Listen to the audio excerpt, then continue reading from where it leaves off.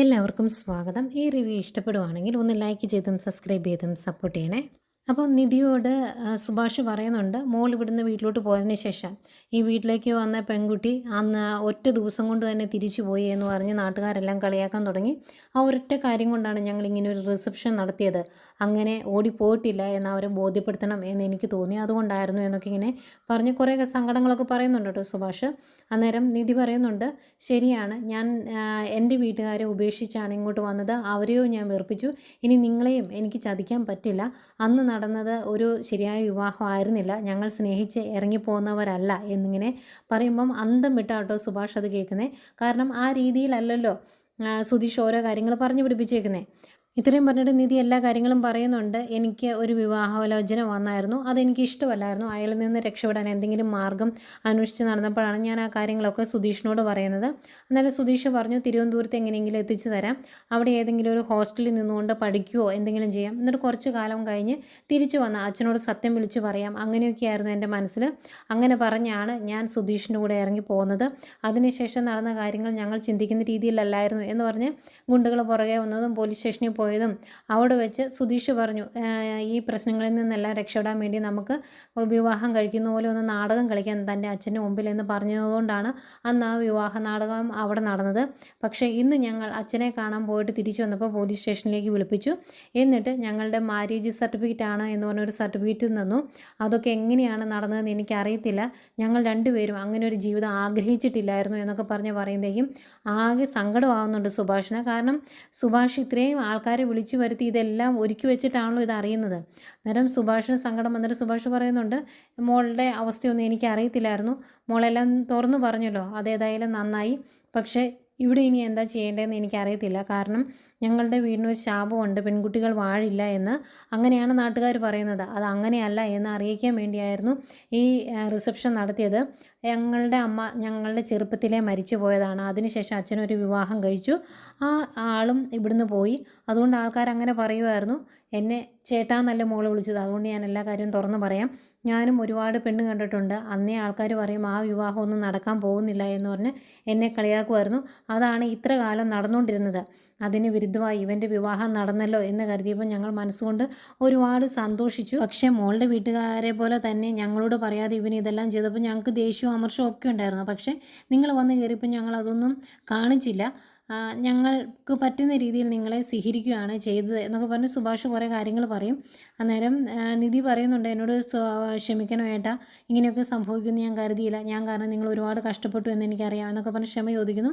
എന്നിട്ട് സുഭാഷ് പറയുന്നുണ്ട്, മോൾ എന്തിനാണ് ക്ഷമ ചോദിക്കുന്നത്, സത്യമായിട്ട് മോൾ തുറന്നു പറയുകയെങ്കിലും ചെയ്തല്ലോ എന്ന്. എന്നിട്ട് സുധീഷേ എന്നിങ്ങനെ വിളിക്കുമ്പോഴേക്കും നിധി പറയും, സുധീഷിനെ തെറ്റ് പറയേണ്ട, അബദ്ധത്തിൽ ഇങ്ങനെ കാര്യങ്ങളൊക്കെ നടന്നു പോയതാണ്, സുധീഷിനെ സഹായിക്കാനേ ശ്രമിച്ചിട്ടുള്ളൂ എന്നൊക്കെ പറയുന്നുണ്ട്.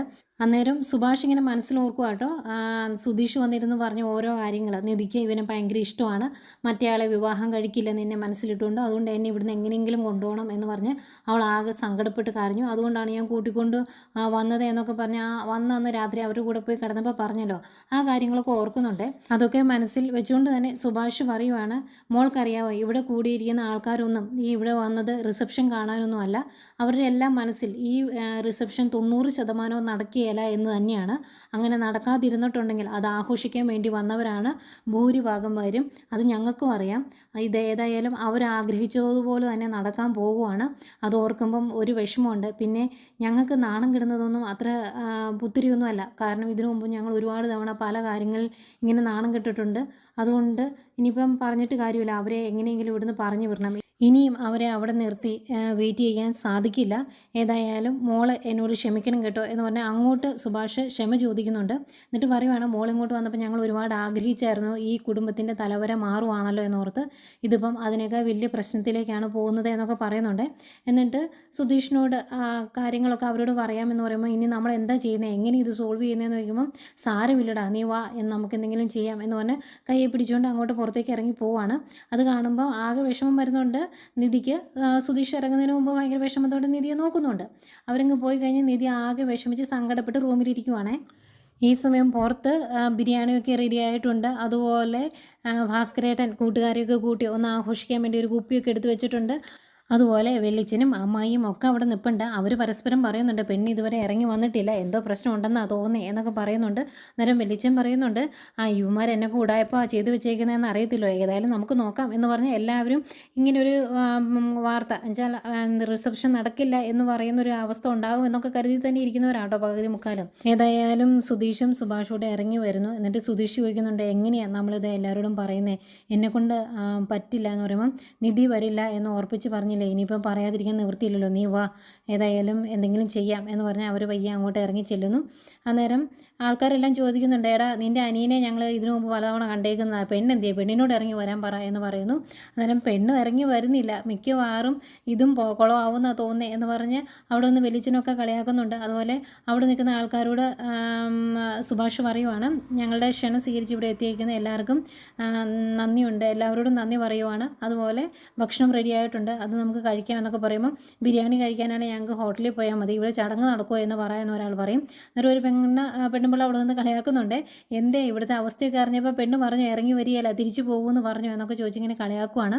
അങ്ങനെ അത് കേട്ട് ആകെ സങ്കടത്തിലാകുന്നുണ്ട് കേട്ടോ സുഭാഷും നികേഷും, അങ്ങനെ എല്ലാവരും ആകെ വിഷമത്തിൽ നിൽക്കുവാണ്. അന്നേരം എങ്ങനെയാണ് ചടങ്ങ് നടക്കുമോ എന്ന് ചോദിച്ചാൽ എല്ലാവരും ഇങ്ങനെ കളിയാക്കുന്നതേക്കും അത് എന്ന് പറഞ്ഞിങ്ങനെ വിഷമിച്ച് സുഭാഷ് പറയാൻ തുടങ്ങുന്നതേക്കും ഏട്ടാ എന്ന് വിളിച്ചുകൊണ്ട് നിധി അങ്ങോട്ട് വരുന്നുണ്ട്. അന്നേരം ഭയങ്കര ഒരു ആശ്വാസം ആകുന്നുണ്ട് സുഭാഷിന്. അതുകൊണ്ട് തന്നെ സുഭാഷ് കൈകൂപ്പി നിൽക്കുക കേട്ടോ നിധിയുടെ മുന്നിൽ. ഏതായാലും നിധി സ്റ്റേജിൽ വന്ന് നിൽക്കുന്നു. അന്തേക്കും ഭാസ്കരേട്ടൻ കയറി വരും, അവരുടെ അച്ഛൻ. എന്നിട്ട് പറയുവാണ്, നിനക്ക് വിവാഹം നടത്തിയൊന്നും എക്സ്പീരിയൻസ് ഇല്ല, എനിക്കുണ്ട്, നീ അങ്ങ് മാറി നിൽക്കുക പറയും. എന്നിട്ട് എല്ലാവരും മുമ്പ് വെച്ച് പറയുവാണ്, എൻ്റെ ഭാര്യയുടെ കഴുത്തിൽ കിട്ടിയ താലി എൻ്റെ കയ്യിലുണ്ട്, അത് ഒരിക്കലും എൻ്റെ മകൻ എൻ്റെ കയ്യിലെടുത്ത് തന്നാണ്, അത് അവൻ്റെ ഭാര്യയുടെ കഴുത്തിൽ തന്നെ കെട്ടിക്കാൻ പോവാണ് എന്ന് പറഞ്ഞ് ആ താലി എടുത്ത് കൊടുക്കും. മാലയിടും അങ്ങോട്ടും ഇങ്ങോട്ടും, അതുപോലെ താലിയും കിട്ടുവാണ്. സുധീഷ് ഭയങ്കര സന്തോഷത്തോടെ അത് ചെയ്യുന്നു. പക്ഷേ ആകെ ടെൻഷൻ അടിച്ചിങ്ങനെ നിധി അവൻ്റെ മുഖത്തേക്ക് നോക്കുന്നുണ്ട്. അതിലേറെ ടെൻഷനോടെ താഴെ നിന്ന് ഇതെല്ലാം കണ്ടു നിൽക്കുന്ന സുഭാഷിനെയും കാണിക്കുന്നുണ്ട്. ഇതൊക്കെയായിരുന്നു ഇന്നത്തെ എപ്പിസോഡ്.